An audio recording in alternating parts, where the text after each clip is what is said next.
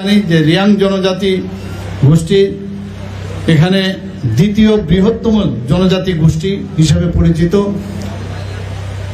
এবং ত্রিপুরী জনজাতি গোষ্ঠীর পরেই এই রাজ্যে তাদের বসবাস। জানা যায় যে বর্তমানে যে বাংলাদেশের যে চট্টগ্রাম পর্বত সেখান থেকে ওনারা অনেক আগে ত্রিপুরাতে এসেছিলেন এবং বেশিরভাগ এই যে রিয়াং জনজাতি ত্রিপুরাতেই বেশিরভাগ থাকে। কিছু অংশ আমাদের যে নাইবারিং স্টেট আছে সে মিজোরাম এবং আসামে আছে, আমার পূর্ববর্তী বক্তা সেখানে বলেছেন। যদিও ত্রিপুরীদের সাথে তাদের ভাষার অনেক মিল আছে, তা সত্ত্বেও তাদের যে সংস্কৃতি, রীতিনীতি এবং জীবনযাত্রা কিছুটা ডিফারেন্স আছে। এবং রিয়াং জনজাতি গোষ্ঠী যারা ত্রিপুরাতে বসবাস করেন বেশিরভাগ দেখা যায় বিলোনিয়া, অমরপুর, লংতরাই বেলি, গন্ডাছড়া এবং কাঞ্চনপুর মহকুমায় তারা বসবাস করেন। আমি একটু আগে এমএলএ মহোদয়া নন্দিতাজিকে বলছিলাম যে যারা এই রিয়াং সম্প্রদায় দে আর ভেরি ব্রেভ এবং বেশি হিন্দু দেবদেবীদের পূজা অর্চনায় ওনারা করে থাকেন এবং রিয়াং জনজাতিদের অত্যন্ত আজকে একটু আগে আমরা যার কারণে আজকের এই ফেস্টিভ্যাল যে হুজাগুড়ি যে উৎসব সেখানে যে নৃত্য হজগেরি নৃত্য আমরা দেখছিলাম, কিন্তু কিছুটা এখানে মডিফাইড ওয়েতে সে হজগেরি নৃত্যটা আমরা দেখলাম, কিন্তু ট্রেডিশনালি যে নৃত্য সেটা আমরা সবাই জানি। এবং এই নৃত্য কিন্তু এমনিতে না, অনেক এটার মধ্যে ব্যালেন্সের নৃত্য আমরা সবাই জানি এবং এর জন্য যে দক্ষতা এবং তার জন্য যে নিপুণতা, তার জন্য অনেক প্র্যাকটিসের প্রয়োজন হয়। তো সেটা রিয়াং জনজাতিদের এই যে হজগেরি নৃত্য, তো ন্যাচারালি ওনারা যখন প্র্যাকটিস করেন সেই জিনিসটা ওনাদের আয়ত্তে আসে। একটু আগে আমার পূর্ববর্তী বক্তারা বারবার বলছিলেন যে এই হজাগিরি নৃত্য শুধু ভারতবর্ষে না, আমাদের স্টেটে তো আছেই, শুধু ভারতবর্ষে না, আজকে আন্তর্জাতিক স্তরেও এই হজাগিরি নৃত্য নিয়ে আমরা গর্ববোধ করি এবং বিভিন্ন জায়গায় এই হজাগিরি নৃত্য দিয়ে আমাদের টিম, আমাদের ত্রিপুরা সরকার আইসিএ ডিপার্টমেন্টের তরফ থেকে এবং অন্যান্যভাবে আর্থিক সহায়তায় তাদেরকে বাইরেও পাঠানো হচ্ছে। হজাগিরি নৃত্য মূলত মাইলুমা ওর মাই কথাও নামে পরিচিত, যা আমরা সবাই জানি যে ফসলের উৎসব এবং ধন সম্পদ ও সমৃদ্ধির লক্ষ্যে লক্ষ্মী দেবীর আরাধনার একটা নিদর্শন হিসাবে এটাকে উদযাপিত করা হয়। সাধারণত এই যে নৃত্য, সেই নৃত্যের মধ্যে মাটির কলস থাকে, ছোট একটা তেলের বাতি থাকে, বোতল। আমি কথা বলছিলাম একটু আগে অন্যান্য যারা এখানে অতিথিরা আছেন যে রুমাল বা ফুল বা বাঁশের একটা বড় প্লেট এবং পোশাক এবং অলংকার, এইগুলো হচ্ছে এই হজাগিরি নৃত্যের একটা বিশেষ অলংকার। সেইগুলো নিয়েই সাধারণত এই ধরনের নৃত্য হয়ে থাকে এবং সাধারণত মহিলারাই কিন্তু এই নৃত্য পরিবেশন করে এবং পুরুষেরা তাকে যাতে বাদ্য বাজাতে পারে তাদেরকে অ্যাসিস্ট করার জন্য তারা সেখানে থাকেন। এবং তার যে নৃত্য শৈলী এবং তার যে ভঙ্গিমা, সেগুলো আমরা যখন দেখি বা যারা দেখে তাদের কিন্তু মনোমুগ্ধকর একটা অবস্থা দাঁড়ায় এবং যে কারণে আজকে তার আন্তর্জাতিক স্তরেও তার খ্যাতি অর্জন করেছে। আমাদের বর্তমান সরকার এই বিভিন্ন যে সাংস্কৃতিক সংগঠনগুলো আছে সেগুলো যাতে আরও বেশি করে, সেগুলো যাতে হারিয়ে না যায়, তাকে আরও বেশি রিফাইন করা যায় এবং ট্রেডিশনকে বজায় রেখে সেটা যাতে আরও প্র্যাকটিস করতে পারে তার ব্যবস্থা আইসিএ ডিপার্টমেন্ট এবং ত্রিপুরা সরকারের তরফ থেকে আমরা বারবার চেষ্টা করি। এবং তার যে সঠিক পরিচর্যা, মাননীয় প্রধানমন্ত্রী জি বারবার বলছেন যে কোনো বিষয়ে যদি স্কিল ডেভেলপমেন্ট না হয়, এবং সেই স্কিল ডেভেলপমেন্ট সব জায়গায়, আজকে ডাক্তারই হোক, ইঞ্জিনিয়ারই হোক, সে নৃত্যকলাতেই থাকুক, হস্তশিল্পীতেই থাকুক, তার ডেইলি আপডেট করতে হবে।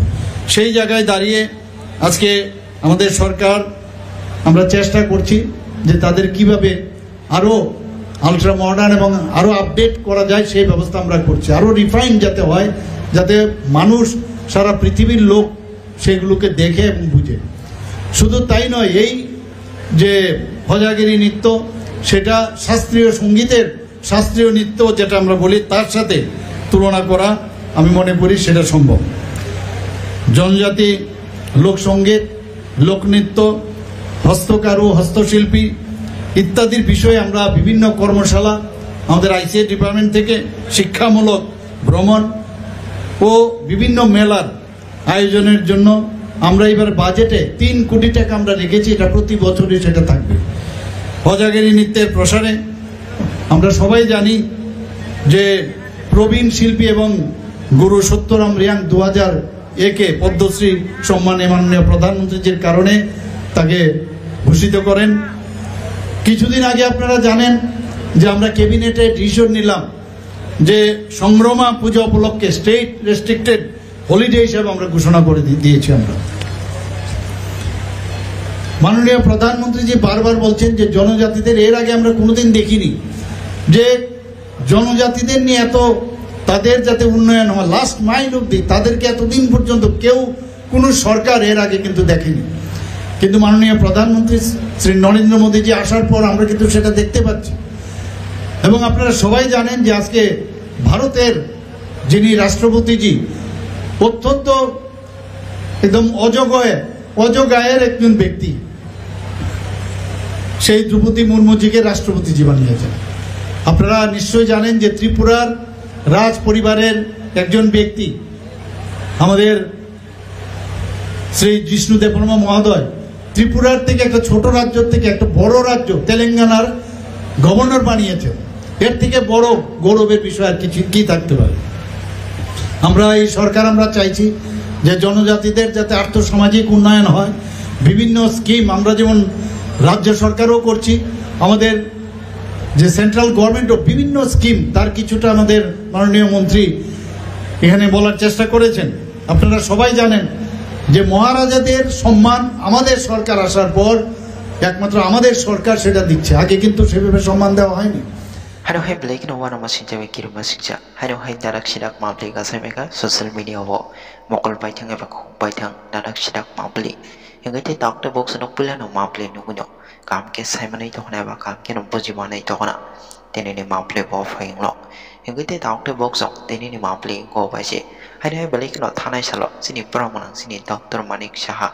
Blake no sini te tiprasa bosong ni sini te yang te buru jati no obai ke blake no Bangladesh ni phai nai obai ke Tripura haste o phai tong phai hone nai belai no khuk keng mani yaulok eba hai belai no samani yaulok belai no tasura dei chini te Tripura sa logrok belai no choli la jak eba hai chini te ri yang bosong ni te chini buru bosong ni chini te logrok belai no topla la jak tam no bolo obai ke Tripura haste o tong tong te obai ke Bangladesh ni phai obai ke Tripura haste o phai tong phai hone nai obai ke belai no khuk keng mani yaulok te amni yaulok dal bidal kok thai ngotai nei bo sini te Tripura haste ni maling ngotai nei bo sini pramanang hi sini pramanang Dr. Manik Saha khuk kengka teni ni salo hengite doctor box nok mapli no go bo buji manai tokna phani ngite doctor box sung bisi kok sewi teni salo sini pramanang sini Dr. Manik Saha tangai obai ke ri yang bo songni eba sini te bro bo songni sini te Tripura sa logrong no obai ke Bangladesh ni phai Tripura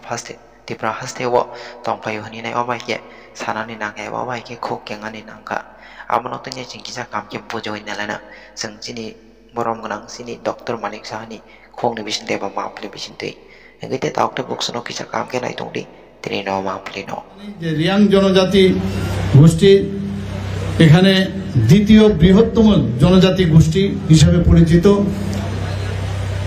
এবং ত্রিপুরী জনজাতি গোষ্ঠীর পরেই এই রাজ্যে তাদের বসবাস।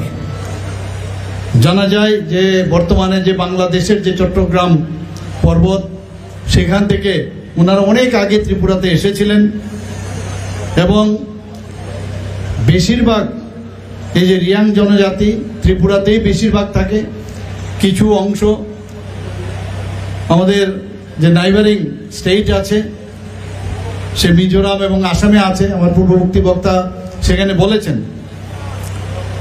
যদিও ত্রিপুরীদের সাথে তাদের ভাষার অনেক মিল আছে, তা সত্ত্বেও তাদের যে সংস্কৃতি, রীতিনীতি এবং জীবনযাত্রা কিছুটা ডিফারেন্স আছে। এবং রিয়াং জনজাতি গোষ্ঠী যারা ত্রিপুরাতে বসবাস করেন, বেশিরভাগ দেখা যায় বিলোনিয়া, অমরপুর, লংতরাই বেলি, গন্ডাছড়া এবং কাঞ্চনপুর মহকুমায় তারা বসবাস করেন। আমি একটু আগে এমএলএ মহোদয়া নন্দিতাজিকে বলছিলাম যে যারা এই রিয়াং সম্প্রদায়, দে আর ভেরি ব্রেভ, এবং বেশি হিন্দু দেবদেবীদের পূজা অর্চনায় ওনারা করে থাকেন।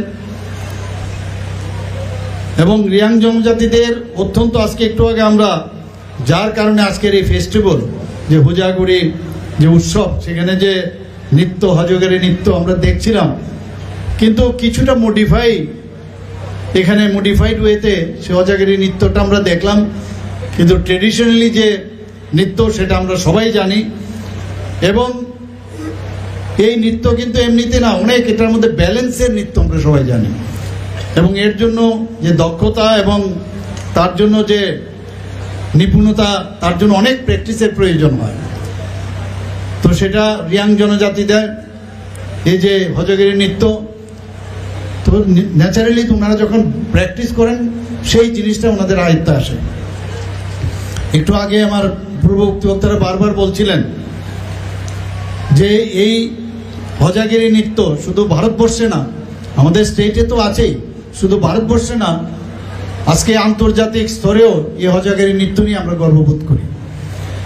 এবং বিভিন্ন জায়গায় এই হজগেরি নৃত্য দিয়ে আমাদের টিম, আমাদের ত্রিপুরা সরকার আইসিএ ডিপার্টমেন্টের তরফ থেকে এবং অন্যান্যভাবে আর্থিক সহায়তায় তাদেরকে বাইরেও পাঠানো হচ্ছে।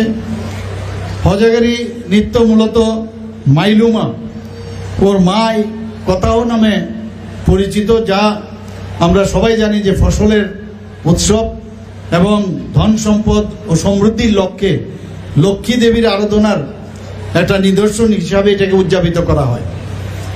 সাধারণত এই যে নৃত্য, সেই নৃত্যের মধ্যে মাটির কলস থাকে, ছোট একটা তেলের বাতি থাকে, বোতল। আমি কথা বলছিলাম একটু আগে অন্যান্য যারা এখানে অতিথিরা আছেন, যে রুমাল বা ফুল বা বাঁশের একটা বড় প্লেট এবং পোশাক এবং অলংকার, এইগুলো হচ্ছে এই হজগেরি নৃত্যের একটা বিশেষ অলংকার। সেইগুলো নিয়েই সাধারণত এই ধরনের নৃত্য হয়ে থাকে। এবং সাধারণত মহিলারাই কিন্তু এই নৃত্য পরিবেশন করে এবং পুরুষেরা তাকে যাতে বাদ্য বাজাতে পারে তাদেরকে অ্যাসিস্ট করার জন্য তারা সেখানে থাকেন। এবং তার যে নৃত্য শৈলী এবং তার যে ভঙ্গিমা, সেগুলো আমরা যখন দেখি বা যারা দেখে তাদের কিন্তু মনোমুগ্ধকর একটা অবস্থা দাঁড়ায়। এবং যে কারণে আজকে তার আন্তর্জাতিক স্তরেও তার খ্যাতি অর্জন করেছে। আমাদের বর্তমান সরকার এই বিভিন্ন যে সাংস্কৃতিক সংগঠনগুলো আছে সেগুলো যাতে আরো বেশি করে, সেগুলো যাতে হারিয়ে না যায়, তাকে আরো বেশি রিফাইন করা যায় এবং ট্রেডিশনকে বজায় রেখে সেটা যাতে আরো প্র্যাকটিস করতে পারে, তার ব্যবস্থা আইসিএ ডিপার্টমেন্ট এবং ত্রিপুরা সরকারের তরফ থেকে আমরা বারবার চেষ্টা করি। এবং তার যে সঠিক পরিচর্যা, মাননীয় প্রধানমন্ত্রী জি বারবার বলছেন, যে কোনো বিষয়ে যদি স্কিল ডেভেলপমেন্ট না হয়, এবং সেই স্কিল ডেভেলপমেন্ট সব জায়গায়, আজকে ডাক্তারই হোক, ইঞ্জিনিয়ারই হোক, সেই নৃত্যকলাতেই থাকুক, হস্তশিল্পীতেই থাকুক, তার ডেইলি আপডেট করতে হবে। সেই জায়গায় দাঁড়িয়ে আজকে আমাদের সরকার, আমরা চেষ্টা করছি যে তাদের কিভাবে আরো আলট্রা মডার্ন এবং আরো আপডেট করা যায় সেই ব্যবস্থা আমরা করছি। আরো রিফাইন যাতে হয়, যাতে মানুষ, সারা পৃথিবীর লোক সেগুলোকে দেখে এবং বুঝে। শুধু তাই নয়, এই যে হজগেরি নৃত্য, সেটা শাস্ত্রীয় সঙ্গীতের, শাস্ত্রীয় নৃত্য যেটা আমরা বলি, তার সাথে তুলনা করা আমি মনে করি সেটা সম্ভব। জনজাতি লোকসঙ্গীত, লোকনৃত্য, হস্তকারু, হস্তশিল্পী ইত্যাদির বিষয়ে আমরা বিভিন্ন কর্মশালা আমাদের আইসিএ ডিপার্টমেন্ট থেকে শিক্ষামূলক ভ্রমণ ও বিভিন্ন মেলার আয়োজনের জন্য আমরা এবার বাজেটে 3 কোটি টাকা আমরা রেখেছি। এটা প্রতি বছরই সেটা থাকবে। হজাগিরি নৃত্যের প্রসারে আমরা সবাই জানি যে প্রবীণ শিল্পী এবং গুরু সত্যরাম রিয়াং 2001-এ পদ্মশ্রী সম্মানে মাননীয় প্রধানমন্ত্রীজির কারণে তাকে ভূষিত করেন।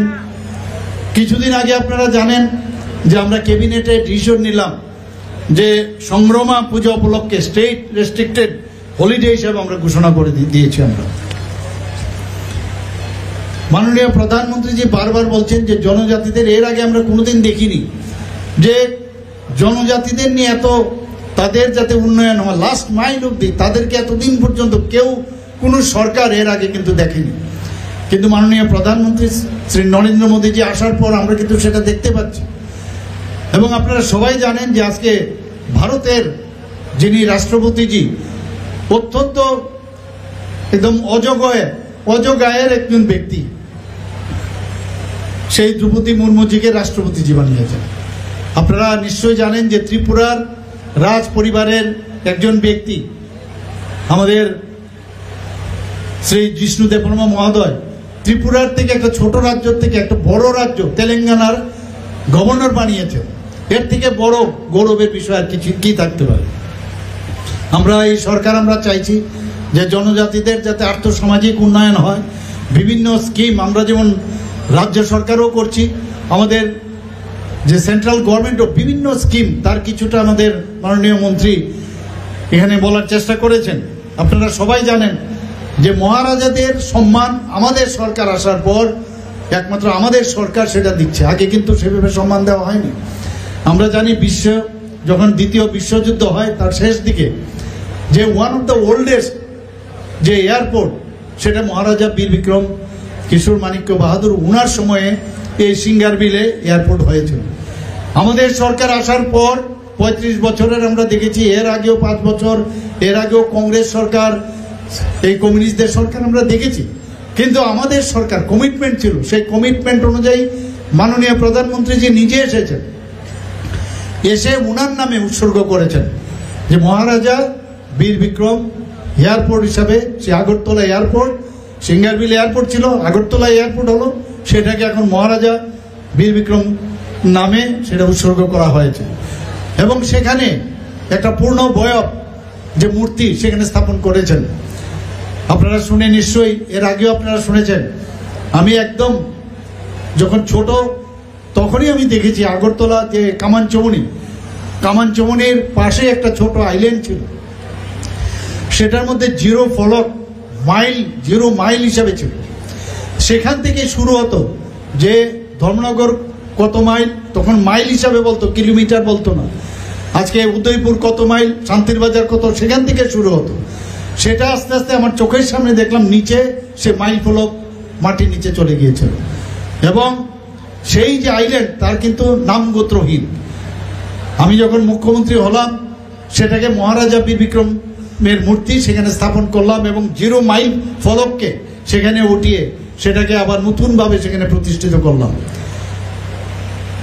আমরা মহারাজার জন্মদিন তো ছুটি ঘোষণা করেছি, তাছাড়া গড়িয়া পূজার জন্য আগে একদিন ছুটি দেওয়া হতো যাতে আরো বেশি করে তারা আরো সেই উপভোগ করতে পারে সেই পূজা, তার জন্য 2 দিন আমরা সেটাকে ঘোষণা দিয়েছি।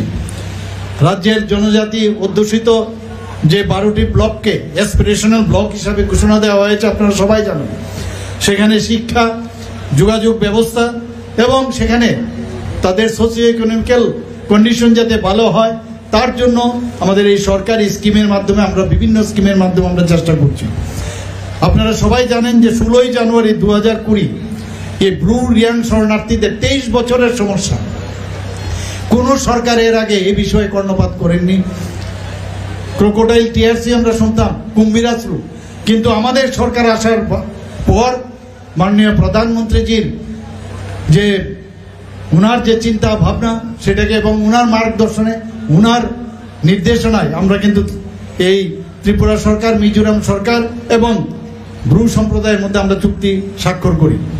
আমরা আজকে এখানে যে রিসা পড়ছি সেই রিসা পাচরা জাতীয় এবং আন্তর্জাতিক স্তরে আপনারা সবাই জানেন যে জিআই ট্যাগ পেয়েছেন। এর আগে পদ্মশ্রী ত্রিপুরাতে কোনো এক নাগারে এইভাবে কেউ দেয়নি। আমাদের সরকার আসার পর মাননীয় প্রধানমন্ত্রীজি 2019 থেকে 2024 পর্যন্ত 7 জন জনজাতি লিজেন্ড ব্যক্তিদের পদ্মশ্রী সম্মানে ভূষিত করা হয়। একটু আগে এখানে বলা হয়েছে, আমাদের মাননীয় মন্ত্রী বলেছেন যে ক্যাবিনেটে ডিসিশন হয়েছে আমাদের যারা সমাজপতিরা, যারা সমাজের জন্য কাজ করছেন, তাদেরকে ভাতা 2000 টাকা করে আমাদের সরকারই দেওয়া শুরু করেছিল। আমরা ডিসিশন নিলাম যে এখানে 2000 ওনারা যদি সমাজের জন্য কাজ করেন তাহলে সেটাকে আমরা কেন বাড়াবো না। তো সেই জায়গায় 2000 থেকে আমরা 5000 করলাম। শুধু তাই নয়, এখানে একটা ক্যাপিং ছিল। সেই ক্যাপিংটা কি, যদি কেউ সমাজপতি, কারণ এটা 3 বছর 2 বছর, এক এক জাতিগোষ্ঠীর মধ্যে 19টা জাতিগোষ্ঠী আছে আর সাব ট্রাইবস অনেক আছে, সেই জায়গায় এক একটা গ্রুপের এক এক নীতি নিয়ম থাকে, সেখানে ওরা এক একবার এক একজন সমাজপতি হয়। তো তার কেউ যদি কোনো সমাজপতি যদি সরকারি কর্মচারী হন বা রিটায়ারমেন্ট হয় তাহলে তাকে দেওয়া হতো। আমরা ডিসিশন নিলাম না, ওরা যদি সমাজের জন্য কাজই করে থাকে ওনাদেরকে আমরা সাম্মানিক দিতে অসুবিধা কি। তো সেই 2000 থেকে আমরা এবার 5000 করেছি। শুধু তাই নয়, আমরা বলেছি যে এতে করে যে উইথড্র করলাম তাতে দেখা যায় যে 19টি জাতিগোষ্ঠী আছে ঠিকই, কিন্তু তারপরও 13 থেকে ম্যাক্সিমাম 14 জন জাতিগোষ্ঠীর সমাজপতির সিস্টেম সব জায়গায় নেই। তা আমরা বললাম, আমি যখন ক্যাবিনেটে চিফ সেক্রেটারি মহোদয়কে জিজ্ঞেস করলাম আমাদের রেজিস্ট্রিকৃত কতজন আছেন, তো মোটামুটি একটা রাফ আইডিয়া দিল 40+ আমাদের জাতিগোষ্ঠী আছে। আমি বললাম সমস্ত জাতিগোষ্ঠীর যারা সমাজপতি বা সর্দার বা যেই নামেই যারা লিডার আছেন তাদেরকেও কেন না আমরা সেই 5000-এর আওতায় আমরা আনবো, কেন আমরা দেব না, তারাও সমাজের জন্য কাজ করছে। তা আমি সমস্ত ডিএমকে আমি বলেছি যাতে জানানো হয় কে কোথায় কোন জায়গায় আছেন। আমি যখন রাজ্যসভার সদস্য ছিলাম সেখানেও আপনারা জানেন যে মাত্র 3 দিনের মাথায়, প্রথম দিন আমি ওট টেকিং নেই, সেকেন্ড টাইম আমাকে বলা হলো যে ডার্লং কমিউনিটি, তাকে এখানে যেটা লোকসভার থেকে পাশ হয়েছে কিন্তু রাজ্যসভায় যতক্ষণ ধরে পাশ না হবে সেটা আইনে পরিণত হবে না, তাদেরকে ট্রাইবেল করে যাতে সংযুক্তি দেওয়া হয় তার জন্য আপনার বলতে হবে। আমাকে অল্প সময় দিল, সেখানে আমি এই ডার্লং কমিউনিটির উপর সেখানে আমার বক্তব্য পেশ করেছি এবং তারপরেই আজকে ডার্লং কমিউনিটিও কিন্তু ট্রাইবেল গ্রুপের মধ্যে চলে এসছে।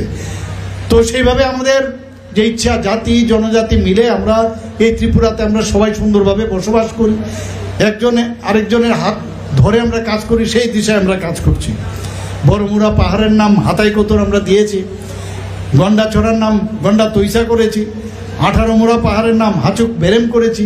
এইভাবে অনেক নদী, আপনার বিভিন্ন যে পাহাড় পর্বত বিভিন্ন জায়গার নামাকরণ আমরা চেষ্টা করছি দেওয়ার জন্য। গত 4ই সেপ্টেম্বর 2024 কেন্দ্রীয় স্বরাষ্ট্রমন্ত্রী শ্রী অমিত শাহজির উপস্থিতিতে আমিও সেখানে গিয়েছিলাম। সেখানে ভারত সরকার, ত্রিপুরা সরকার, এনএলএফটি এবং এটিটিএফ এ একটা চুক্তি সম্পাদিত হয় এবং 24শে সেপ্টেম্বর ত্রিপুরাতে যখন আমি ব্যাক করি সেখানে 2024-এ 4ই সেপ্টেম্বর 2024-এ যখন সেই আমাদের এই যে চুক্তি সম্পাদন হয়, তো সেটা 24শে সেপ্টেম্বর 2024-এ সমস্ত এটিটিএফ এর সদস্য এবং এনএলএফটির এরা অস্ত্র আমার সামনে ওরা অস্ত্র সমর্পণ করেন।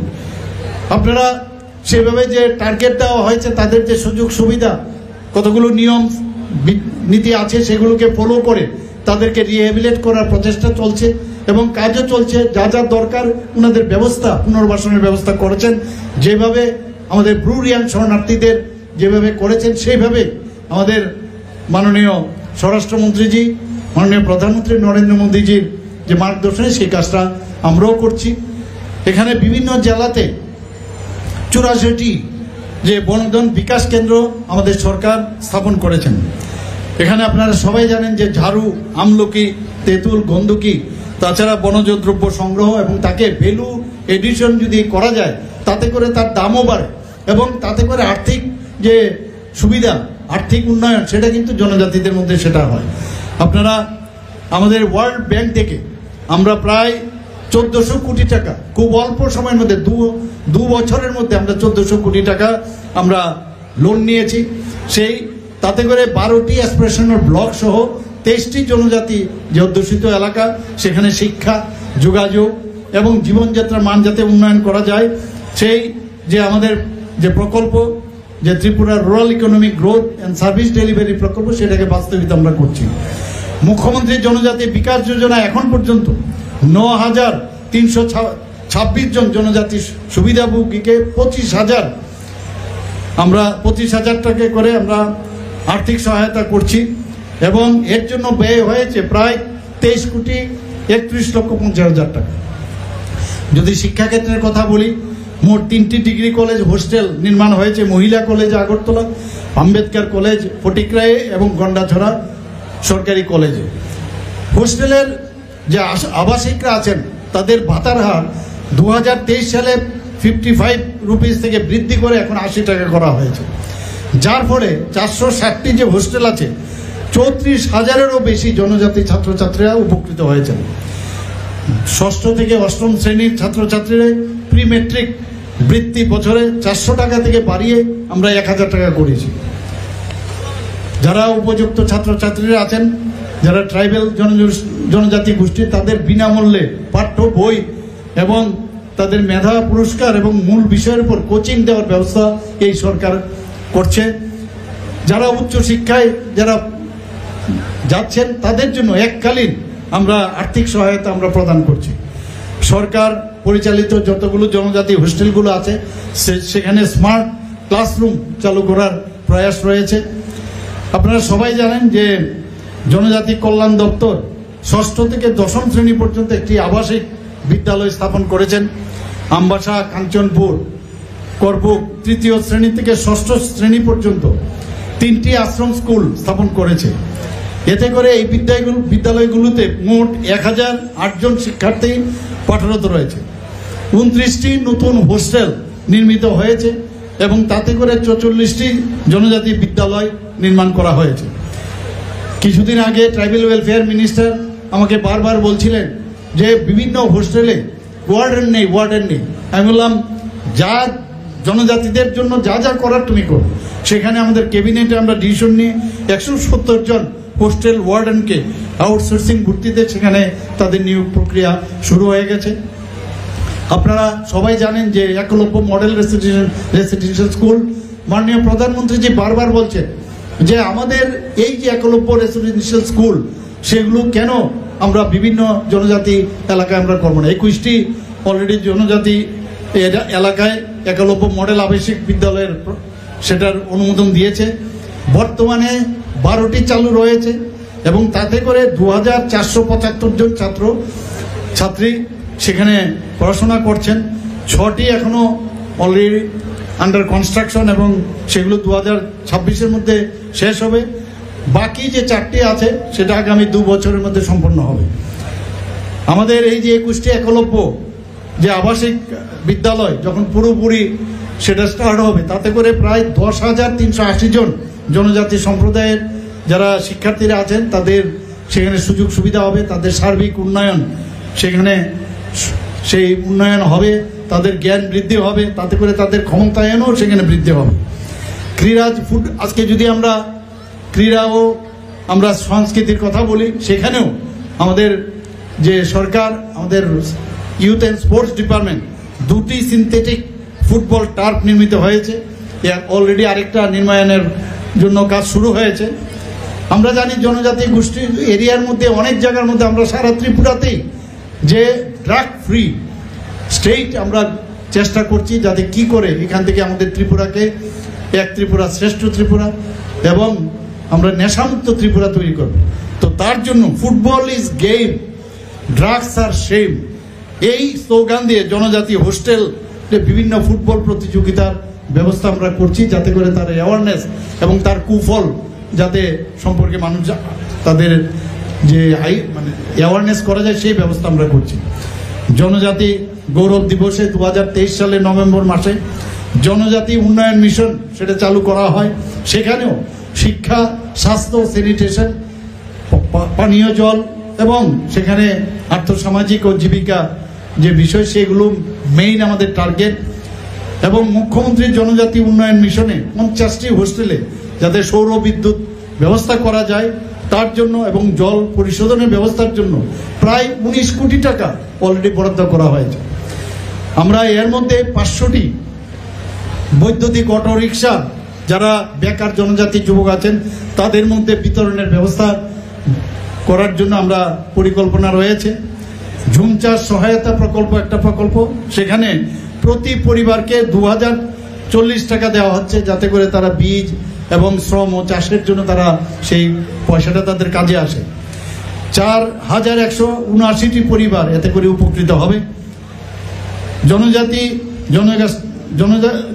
জনগোষ্ঠীর সার্বিক উন্নয়নের একটু আগে আমার মাননীয় মন্ত্রী বলেছেন যে 2024 প্রধানমন্ত্রীজি 2রা অক্টোবর যে 2024-এ ধরতি আভা জনজাতি গ্রাম উৎকর্ষ অভিযান শুরু করেছিলেন, তাতে করে আমরা প্রায় বিভিন্ন জায়গায় শিবির আয়োজন করেছি এবং সেখানেও প্রায় 12 লক্ষের উপরে জনজাতি যারা নাগরিকরা আছেন সেই সুযোগ ওনারা পাচ্ছেন এবং মেইন যে মৌলিক সুবিধা তারা যাতে পেতে পারে তার ব্যবস্থা আমরা করছি।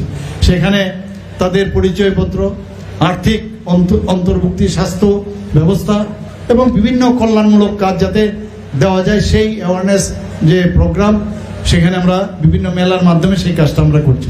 শুধু তাই নয়, এখানে যাতে সেই কাজটা প্রপারলি হয় তার জন্য বিভিন্ন যে আমাদের মন্ত্রীরা আছেন তাদেরকে প্রভারী পর্যন্ত নিযুক্ত করা হয়েছে। বন্ধুগণ, আপনাদের অবগতির জন্য জানাচ্ছি যে 2005 সালে সেটাকে উইথড্র করা হয়েছিল যে জনজাতিদের যে বিভিন্ন স্কিম আমাদের রাজ্যের এবং আমাদের সেন্ট্রালের স্কিম হয় সেইগুলো ওখানে সাব ডিভিশনাল যে অফিসার ছিল তারা শুধু একমাত্র এই স্কিমগুলো তারা দেখবে জনজাতি গোষ্ঠী, সেটা উঠিয়ে দেওয়া হয়েছে কিছুদিন আগে এই ক্যাবিনেটে।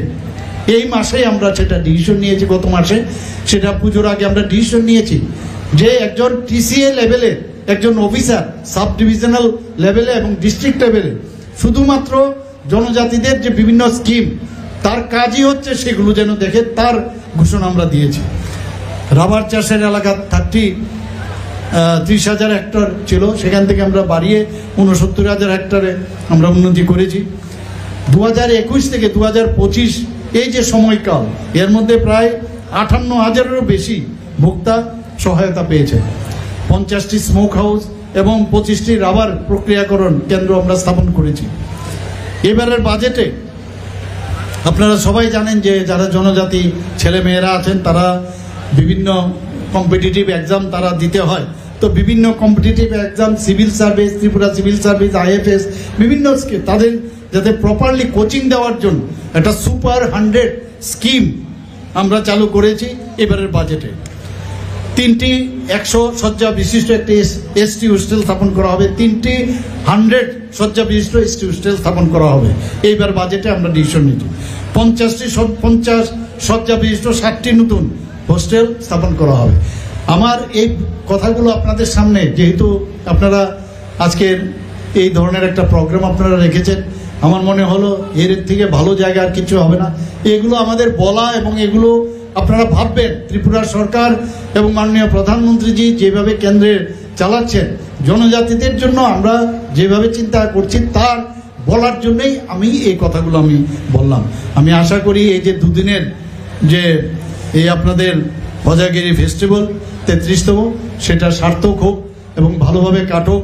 সবাইকে আমি বিজয়ার শুভেচ্ছা জানিয়ে, আমি লক্ষ্মী পূজার শুভেচ্ছা জানিয়ে এবং আপনাদের এখানে আমাকে নিমন্ত্রণ করার জন্য আপনাদের ধন্যবাদ জানিয়ে আমি আমার কথা বলা শেষ করছি। নমস্কার, হামবাই।